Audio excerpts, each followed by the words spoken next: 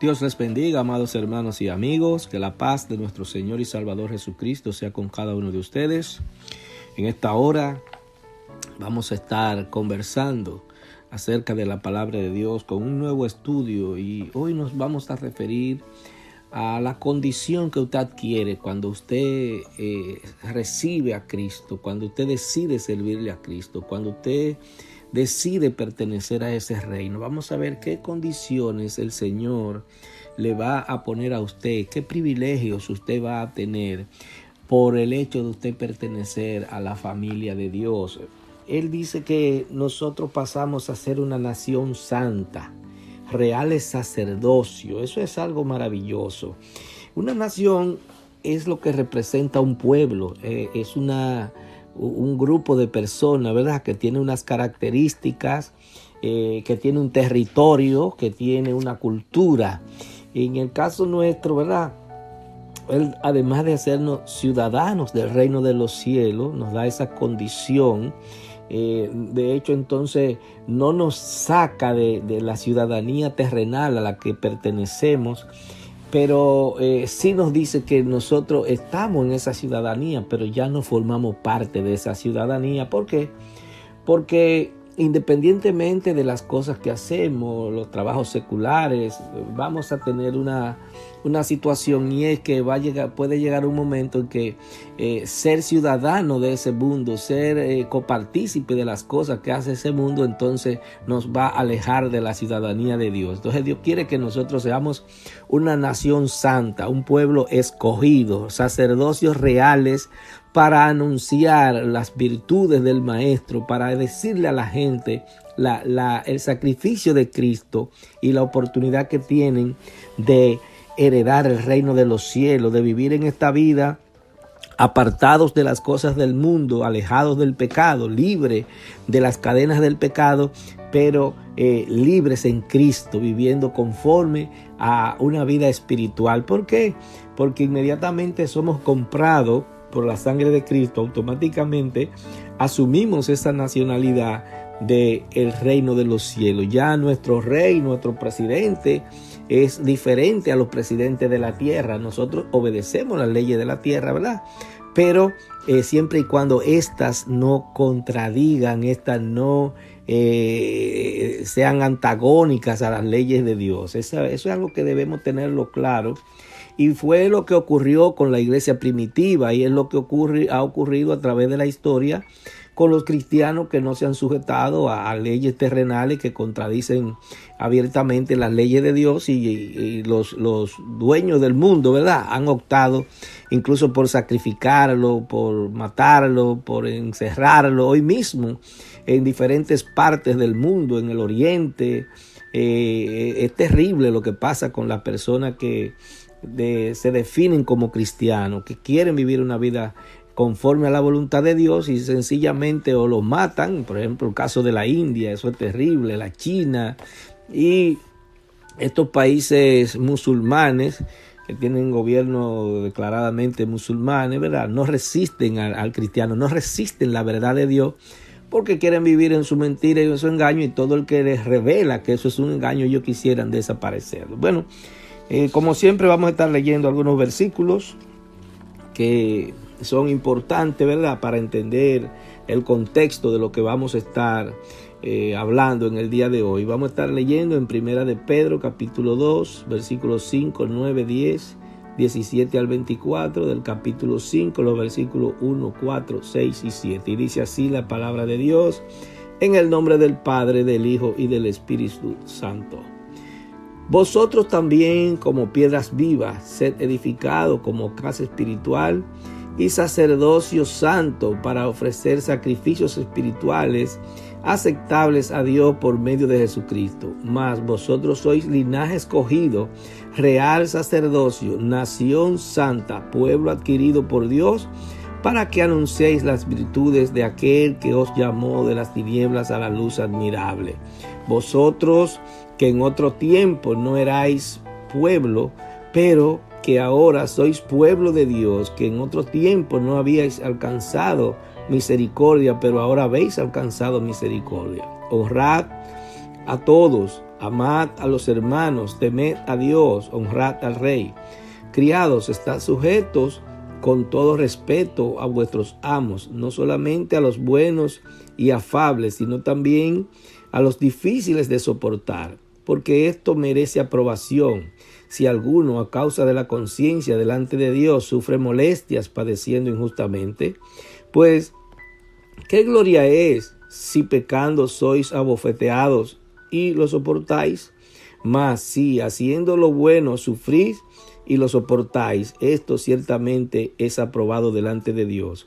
Pues para que fuisteis llamados, porque también Cristo padeció por nosotros, dejándonos ejemplo para que sigáis sus pisadas, el cual no hizo pecado, ni se halló engaño en su boca, quien cuando le maldecían no respondía con maldición, cuando padecía no amenazaba, sino encomendaba la causa al que juzga justamente, a quien llevó él mismo nuestros pecados en su cuerpo sobre el madero, para que nosotros, estando muertos a los pecados, vivamos a la justicia, y por cuya herida fuisteis sanados. Ruego a los ancianos que están entre vosotros, yo anciano también con ellos, y testigo de los padecimientos de Cristo, que soy también participante de la gloria que será revelada. Apacentad la grey de Dios que está entre vosotros, cuidando de ella, no por fuerza, sino voluntariamente, no por ganancia deshonesta, sino con ánimo pronto, no como teniendo señorío sobre los que están a vuestro cuidado, sino siendo ejemplos de la grey. Y cuando aparezca el príncipe de los pastores, vosotros recibiréis la corona incorruptible de gloria. Humillaos pues bajo la poderosa mano de Dios, para que Él os exalte cuando fuere tiempo, echando toda vuestra ansiedad sobre Él, porque Él tiene cuidado de nosotros. Bendito sea el nombre del Señor. Amado, miren, esto es terrible, esto es importantísimo, que nosotros podamos comprender estas explicaciones que nos da el apóstol Pedro. Y lo primero es que nos llama a ser misericordiosos, así como Dios es misericordioso con nosotros, que nosotros también seamos misericordiosos con las demás personas, que si Dios nos pone en eminencia, no es para maltratar a los demás, no es para que el liderazgo nosotros lo aprovechemos para maltratar, para humillar, sino para nosotros humillarnos delante de los demás y ser como Cristo hizo. Cristo se humilló hasta lo sumo para que nosotros pudiéramos tener vida eterna. Entonces, el Señor Jesús es la piedra angular. Así como se hacía una construcción en la antigüedad, se ponía primero una piedra en el centro y a partir de ahí se iban agregando las demás piedras. Yo no sé si usted ha visto cuando están echando un piso de eso de cerámica o mosaico, que primero ponen uno y de ahí es que van agregando todos los demás. A Cristo se le identifica como la piedra angular, que es la que inicia la construcción del reino de Dios, la construcción de ese reino venidero al cual nosotros estamos esperando. Entonces, cada uno de nosotros forma pieza dentro de ese reino. Cada uno de nosotros que somos llamados a ser parte de ese reino, somos como una pieza que va encajando. Por eso se reparten dones espirituales. Uno se le da una autoridad para hacer una cosa, uno para otra, y así todo tenemos funciones en la construcción de este reino. Jesucristo fue el Mesías que todos esperaban y se convirtió en una piedra viva para crear un mundo espiritual, para crear una ciudad, una nación de personas con condiciones espirituales que, aunque estamos aquí en el mundo, estamos aspirando a vivir en ese reino eterno que es el reino de los cielos. Los discípulos, los primeros discípulos, los apóstoles y esos que le siguieron a Cristo en los primeros tiempos de la iglesia, padecieron persecuciones. ¿Por qué? Porque ellos no no se adaptaron a las reglas que tenía el mundo, a las reglas del gobierno terrenal.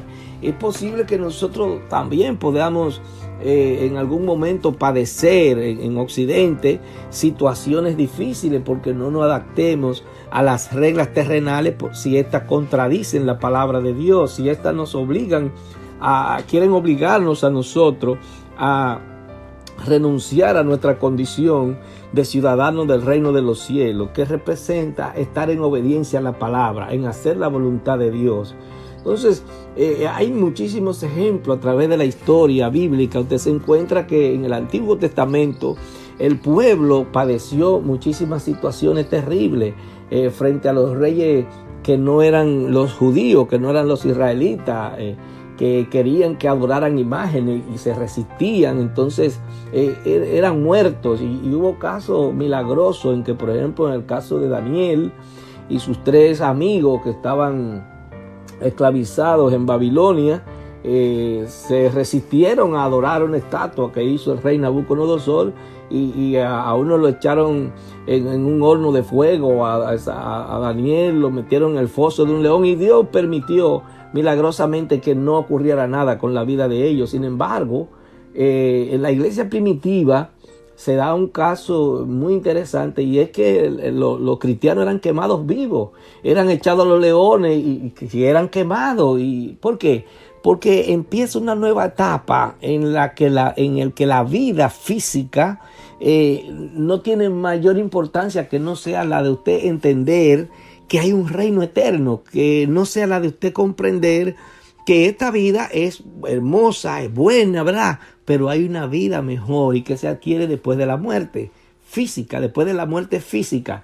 Pero cuando usted está aparentemente vivo en este mundo, usted no se da cuenta que usted está muerto. Usted nace de nuevo cuando Cristo entra en su corazón, cuando usted es engendrado por el Espíritu Santo y usted empieza una vida nueva. Entonces usted empieza a estar vivo y está en esta tierra, pero está preservado para el reino eterno de Cristo. Eso es algo sencillo, ¿verdad? Pero para usted entenderlo, tiene el Espíritu Santo que revelárselo. Si usted lo entendió, si usted agarró eso que yo estoy diciendo, es porque el Espíritu Santo se lo reveló. Y si no es cristiano, no pierda tiempo. Conviértase en cristiano a partir de este momento, porque es una revelación que Dios le está dando para que usted pueda entrar al reino. ¿Por qué? Porque Dios no quiere que nadie se pierda, sino que todos vengan al arrepentimiento, que todos entren a esta nación santa y te conviertan en un real sacerdote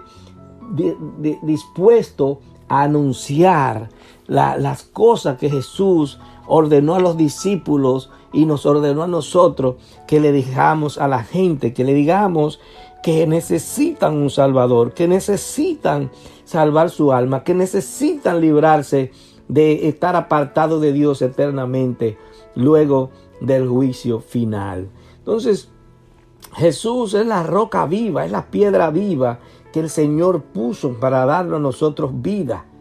Entonces, es posible que nosotros nos encontremos con muchos tropiezos en este mundo, con muchas tentaciones que nos quieren hacer ver que la vida aquí, participando de la mundanalidad, del pecado, es mejor que la vida espiritual. No, amados, cuando usted conoce a Dios, cuando usted se arrepiente genuinamente, cuando su corazón usted se lo entrega al Señor, usted va a empezar a vivir una vida diferente y usted le va a encontrar sentido a la vida, y va a tener problemas como todo el mundo tiene problemas, pero usted va a tener un ayudador y va a tener una esperanza, un ayudador que es Jesucristo, que es su Espíritu Santo, que va a estar pendiente de todos los asuntos suyos, y usted va a tener una esperanza de vivir eternamente con Cristo. Entonces, esas condiciones le van a ayudar a usted a sobrevivir en medio de este mundo, a sobrevivir de una manera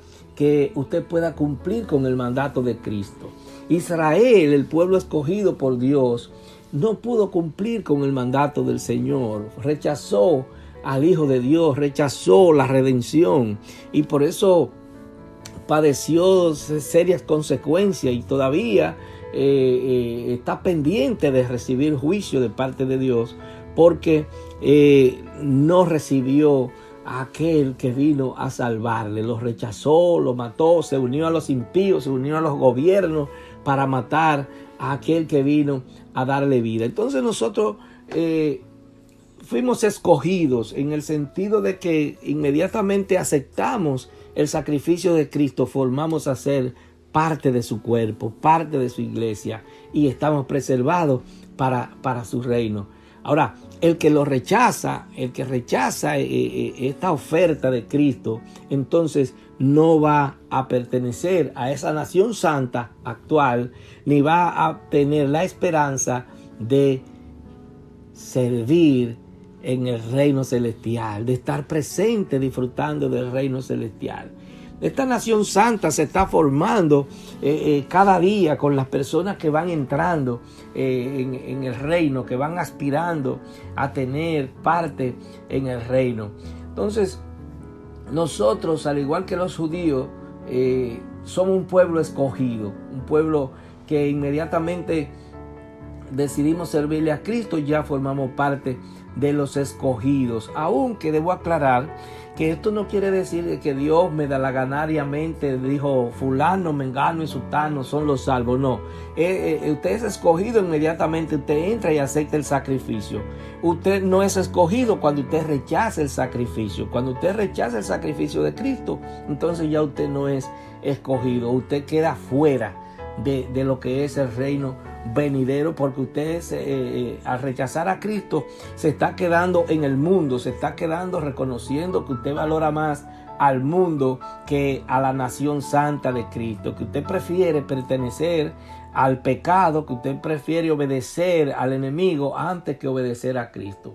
Entonces, en este proceso de ser una nación santa, sacerdote escogido, nosotros tenemos que ser imitadores de Cristo. Nosotros tenemos que, por la fe, hacer como hizo Cristo, vivir como Él vivió. No importa que lo que tengamos que sacrificar en esta vida, porque muchas veces tenemos que sacrificar algunas cosas para nosotros cambiar nuestra manera de vivir.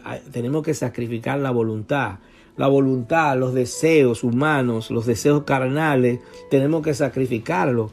Y no se puede negar que los deseos carnales, las pasiones te dan placer, pero son momentáneos y te condenan porque forman parte del pecado cuando se hacen de manera desordenada. Ahora bien, nosotros como ciudadanos, ¿verdad? Del reino de Dios, como ciudadanos que nuestro rey es Cristo, entonces nosotros tenemos que asumir que obedecemos a la autoridad de Cristo, y esa autoridad se traduce en que debemos vivir en santidad, en obediencia a su palabra. Entonces tenemos una libertad de servirle al Señor. A nadie se le obliga a servirle a Dios. Todos tenemos esa libertad, y esa libertad mayormente se expresa en el amor. Justamente el amor es lo que nos da la posibilidad de nosotros poder obedecer la palabra de Dios. Entonces todos tenemos un llamado a ser sumiso ante la palabra del Señor, a obedecerla, así como los hombres terrenales, ¿verdad?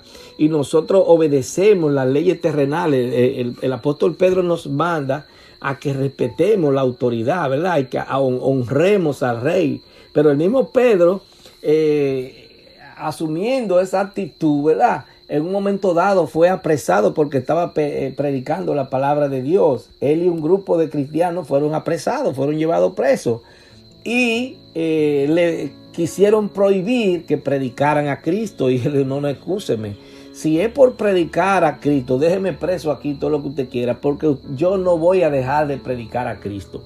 Entonces, ¿qué es lo que pasa cuando se predica a Cristo? Que la palabra de Cristo, la palabra de Dios, denuncia el pecado del hombre. Y llega un momento que el hombre se hace resistente, que no quiere escuchar.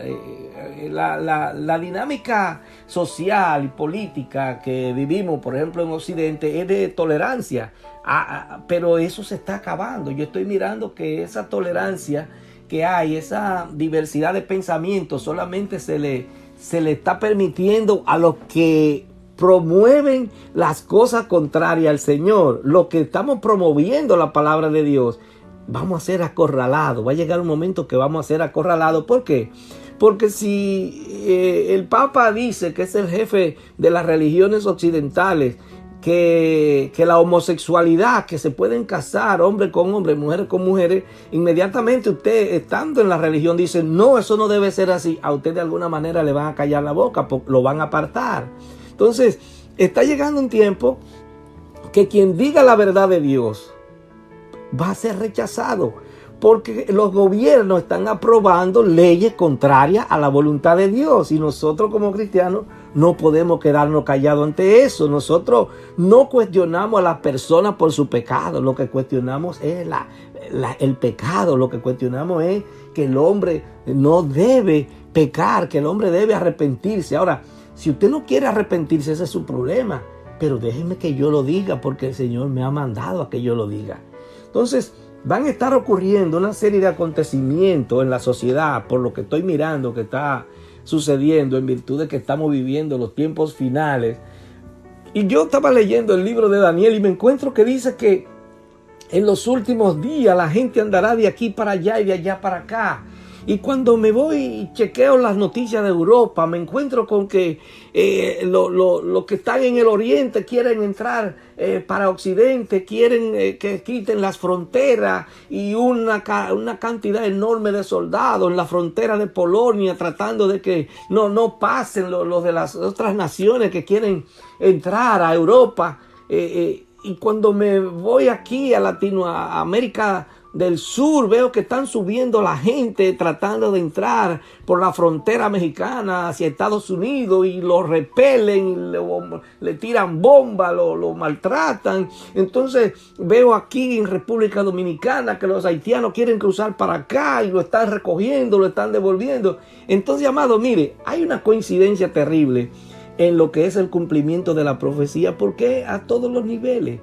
Usted lee el capítulo 24 del libro de San Mateo y usted se va a encontrar que si usted lee el periódico, es como si estuviera leyendo Mateo 24, y si lee Mateo 24 es como si estuviera leyendo el periódico. O sea, por todo lo que está pasando, que Jesucristo dijo que iba a ocurrir. La ciencia se aumentaría, dijo Daniel.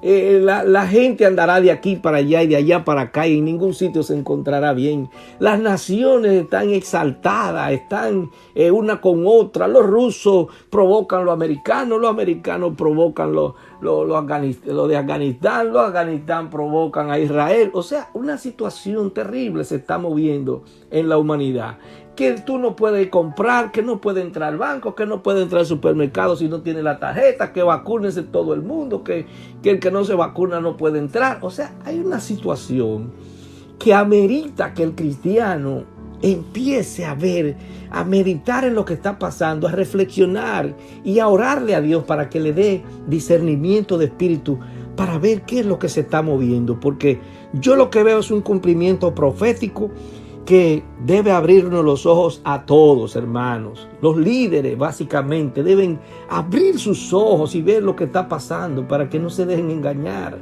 para que no se dejen confundir. Hay gente que dice, no, porque las profecías son literales. No, hermanos. Si usted se va a la profecía, cuando le habla de bestia, no le habla de un animal, le habla de un sistema político, de los imperios.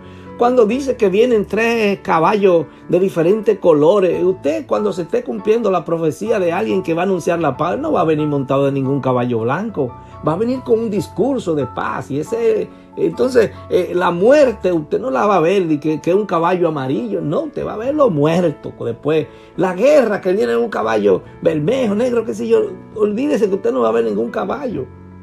Entonces usted lo que tiene que ver es el cumplimiento profético en el objetivo, en el fin que tienen las medidas que se están tomando. ¿Cuál es el fin? ¿Cuál es el objetivo? ¿A qué que te quieren empujar? ¿A qué que quieren llevar?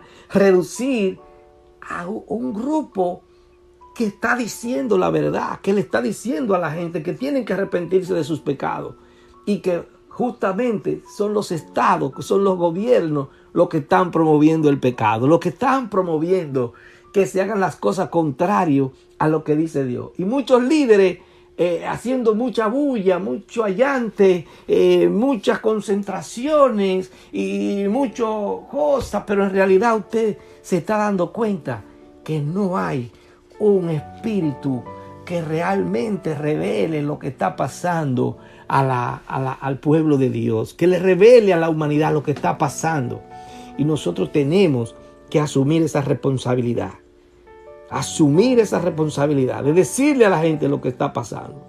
Estamos viviendo los últimos tiempos, quieras o no, de acuerdo a las profecías, eso es lo que estamos viviendo. Pero no es fácil admitir que usted pueda ser perseguido en cualquier momento. Por más cristiano que usted sea, usted esa idea, mire, usted no quiere acariciarla, usted no quiere pensar que usted no va a poder comprar comida y que se va a morir de hambre si usted no obedece las leyes terrenales. Es un poco complicado, pero tenemos que pedirle a Dios que nos dé la fortaleza para nosotros poder entender, comprender, asimilar y poder darle respuesta. Entonces, el liderazgo cristiano, el pastorado, los sacerdotes que realmente buscan al Señor, están en una situación un poco difícil, amado, porque liderar en este tiempo es difícil, porque hay demasiada presión, demasiada orientación tergiversada de parte de los que dirigen, porque la mayoría se está acomodando a lo que está pasando, cuando en realidad lo que deben hacer es tratar de identificar lo que está pasando y pedirle a Dios que le dé fortaleza para denunciarlo. ¿Por qué? Porque ese es nuestro trabajo. Entonces, muchos líderes lo que están pensando es en enriquecerse de la gente, sacarle dinero a la gente. Quiero esto, quiero aquello, tienes que traer esto, tienes que traer aquello para que Dios te bendiga, porque si tú no das, Dios no te va a bendecir. Y ese es el discurso que tienen la mayoría de los líderes en este tiempo. Entonces nosotros tenemos que abrir nuestros ojos, amados hermanos. Tenemos que abrir los ojos para no quedar enredados en la pata de los caballos y prepararnos para vivir en el reino glorioso de Cristo. Es posible que Dios nos libre, ¿verdad? Y que vamos a seguir orando para que el Señor tome el control, pero la profecía se va a cumplir. En este tiempo debemos humillarnos ante el Señor y pedirnos que nos dé las fuerzas para vencer las tentaciones, porque queremos llegar a ser ciudadanos del cielo. Queremos estar sometidos a tu palabra y a tus leyes, Señor Jesús, porque tú eres quien nos garantiza la vida eterna. Llénanos de tu paz, llénanos de tu fuerza. Que Dios le bendiga, amados del Señor.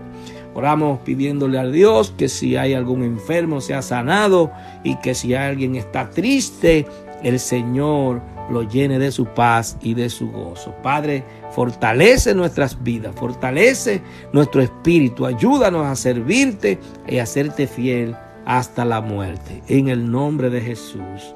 Amén.